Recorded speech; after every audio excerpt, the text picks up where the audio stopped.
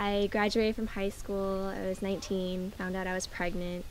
Didn't really know what to do about it. I was 13 when I had my son, and I obviously couldn't keep him. My daughter is 4, or she'll be 4 July 1st. I placed her at birth from the hospital with a wonderful gay family. They live in LA. I was in an unplanned pregnancy at the age of 38. So for me, I felt like it was in the best interest of the children I already had, as well as this beautiful child, that I look for a family that was better suited.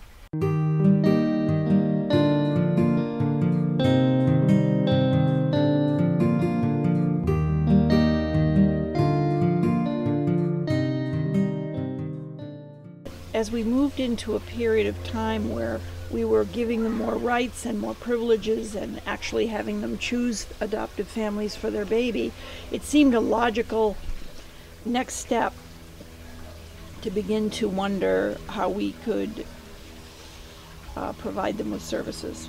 Our stories may differ, but they run along the same plot line. Like, there's so many women that are going through the same thing as me.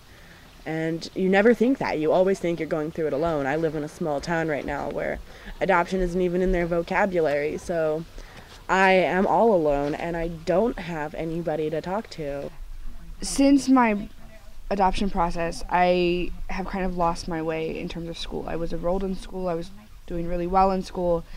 And then since I placed my daughter, I lost my focus. So getting back to that would be wonderful, and having help in figuring out what it is that I would like to do would be great. Well, this is our first annual retreat. We hope to have one a year and 3 other social events for birth mothers in the Northern California pool here. And the purpose of it was to have them meet each other. I am the birth mother on the birth mother outreach department.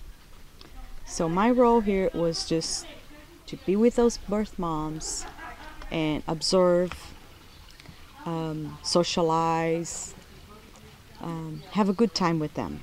Some nice things happened here in terms of, we had masseuses here, we had a makeup person, we fed them very well, and we had some interesting kind of communications in circle time. But the main purpose of this was to provide something that is truly missing, and that is for them to know each other. And in our first circle, 4 of them said, and they were women who had placed some years ago, I have never met another birth mother. Yeah.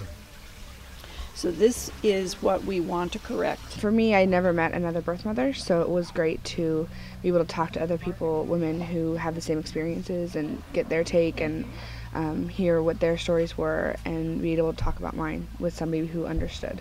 A lot of women had a hard time coping, and it's just amazing for them to be able to find somewhere to go where you're surrounded by other women, because personally, I had never met a birth mother before, so coming here and meeting like a whole room full, 15, 18 women, was absolutely like overwhelming.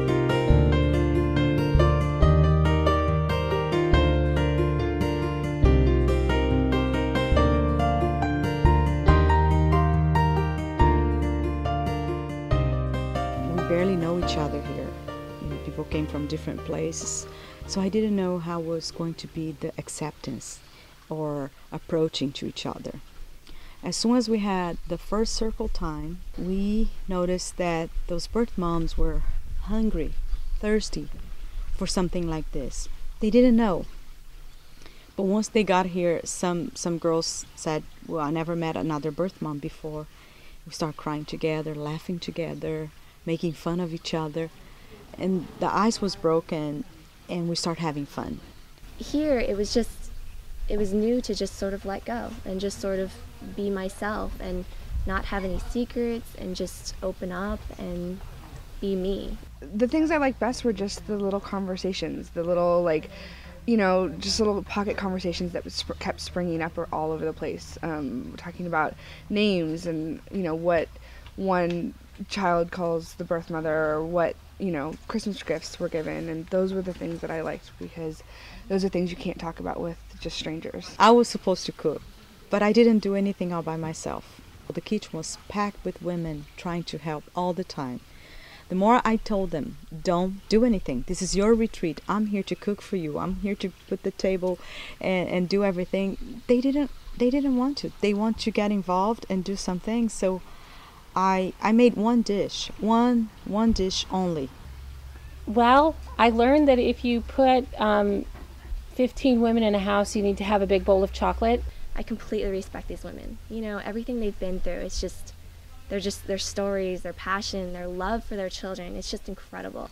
The first step in our program is the social, that all can participate. And second step is getting a mentor assigned, working with a mentor to figure out what you want, and if needed, applying to school so that you can have a way of earning a living, and then asking the board for a grant to help with things like tuition, books, babysitting, what's needed to help get going. Not necessarily the whole tuition or 2 years or 4 years of our program, but to get them on their feet and to help them also learn about resources that will be available in the community. I filled out an application about 2 months ago to start the process of getting a mentor. And then this weekend while I was here, I was actually matched with a mentor that was here. She has pointed out things that I need to work on and goals that we need to establish in areas that I hadn't thought about yet. And so the immediacy is that these women can get a mentor to help start working with them, helping them plan where they want to go in the future. Many of them have no idea what they want to do. One woman said, I want to go to truck driving school. I started volunteering at Kaiser and at John Muir, and I want to be in nursing. So I'm applying to nursing school in fall. It's nice to be able to, work for yourself and establish yourself with a lot of help from on your feet. I've been able to really just use that to keep going. It was a beginning of building trust, because we want all of these women to trust that somebody cares about them after placement. And I think that was the best feeling that came out, is that there was a feeling of trust in the community for women who've taken this courageous step of placing a child. One of the things that I learned was the importance of listening to other people's stories. And another thing that I learned is that people learn from you when you least expect it. That I'm not alone. You know, there's always someone out there that you can call. There's always someone out there that you can talk to. To me, it was awesome because it was much better than what I expected. I'm just grateful how everything went. She taught us something a little interesting about the horses, is that they're free. You know, they're free to go whichever way they want. And it was sort of a symbolic message to all of us, is nothing can really constrain us. You know, we shouldn't let limitations stop us. And this foundation is definitely a stepping off point for all of us.